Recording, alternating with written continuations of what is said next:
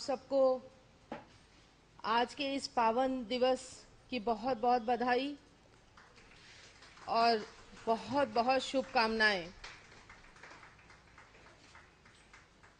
भगवान हमेशा ही हमारे बीच में अलग अलग रूप में आते रहे हैं, क्योंकि भगवान का हमेशा ही एक ही उद्देश्य था, असत्य अधर्म अन्याय को समाप्त करना, सत्य धर्म न्याय का संस्थापन करना। आज बुद्धिवादिता जब मनुष्यों में बढ़ी, तब भगवान हमारे बीच में लिपि रूप में आए। हर युग में, जैसा मैंने कहा, कि ईश्वर के अवतार लेने का एक ही उद्देश्य होता है, जिसमें से एक उद्देश्य ये भी होता है कि जब असत्य अधर्म अन्याय बढ़ जाता है, तब लोगों के हृदय में भगवान के प्रति आस्था और विश्वास कम होने लगता है। तो इस मरती हुई आस्था को अपने विश्वास का आधार देना और सत्य धर्म और न्याय का सही रूप बताते हुए कर्म करने की सही दिशा देना। लेकिन फिर वही मैं कहूंगी कि इसके साथ ही साथ सबसे मुख्य उद्देश्य होता है असत्य अधर्म अन्याय को समाप्त करना। कलयुग में कहना चाहिए बुद्धिवादिता तो बढ़ी लोगों में, लेकिन ये बुद्धि हमें कहां ले गई? ये बुद्धि हमें अपने स्वार्थों को पूरा करने की ओर ले गई। तो साथ ही साथ कहना चाहिए स्वार्थ की प्रवृत्ति भी बढ़ गई। और जब स्वार्थ की प्रवृत्ति जब बढ़ती है, तो क्या सही है क्या गलत है, इसका हमें ज्ञान नहीं रह जाता।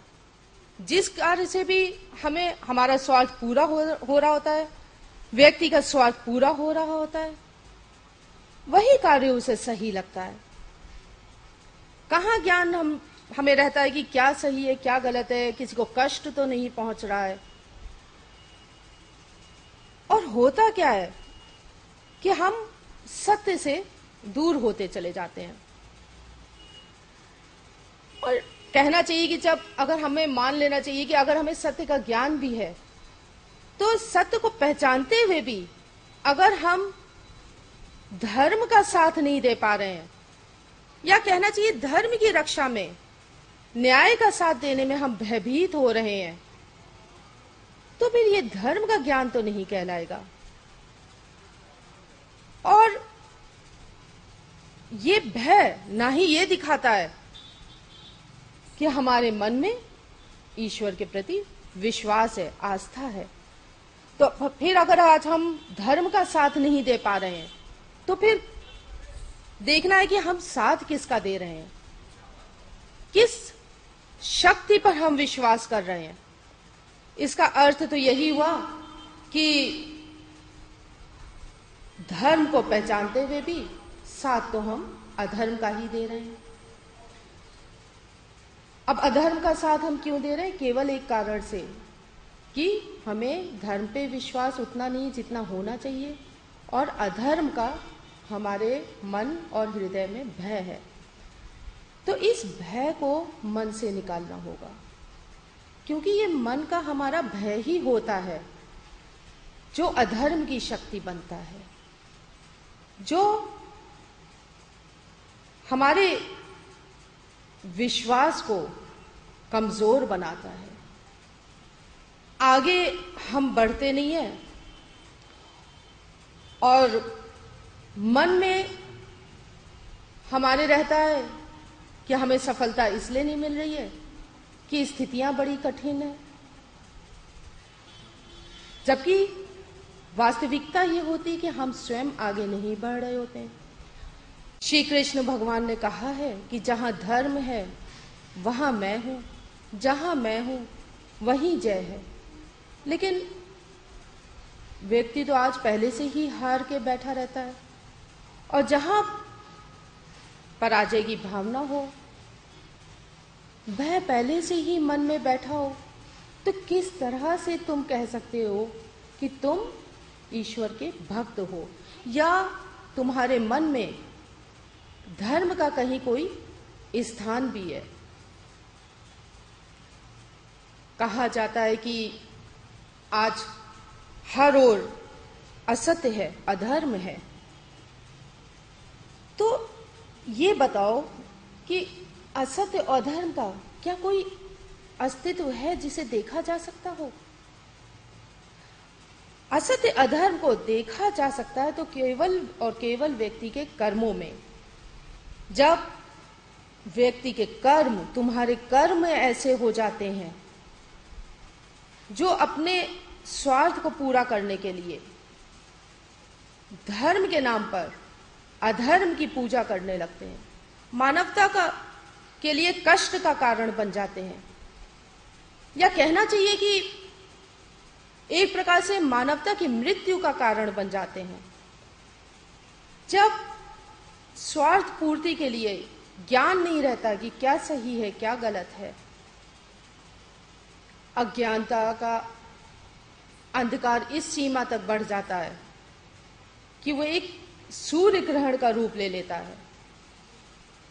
अर्थात सूर्य होते हुए भी जब अंधकार की ही प्रधानता हो जाती है तो ये असत्य अधर्म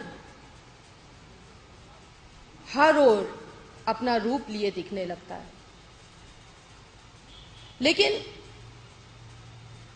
ये फिर भी नहीं है कि धर्म का अस्तित्व नहीं रहता है।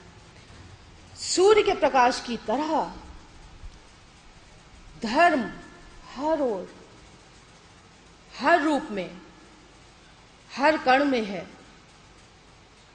लेकिन तुम्हारे मन, बुद्धि, कर्मों में केवल असत्य और अधर्म होने के कारण ये धर्म आज दिख नहीं रहा है। क्यों? क्योंकि मन में ना तो सत्य है और ना ही कर्मों में धर्म। लेकिन फिर वही कि इसका अर्थ ये बिल्कुल नहीं होता कि धर्म का अस्तित्व नहीं रह गया है। धर्म तो ईश्वर का रूप है, शाश्वत है, अजर है, अमर है। ना कभी धर्म समाप्त हुआ है और ना होगा। समाप्त सदैव सदैव से ही अधर्म ही हुआ है, और समाप्त होगा भी तो केवल और केवल अधर्म।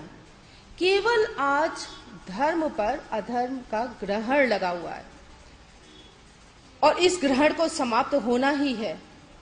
शेष रह जाता है तो केवल धर्म का प्रकाश।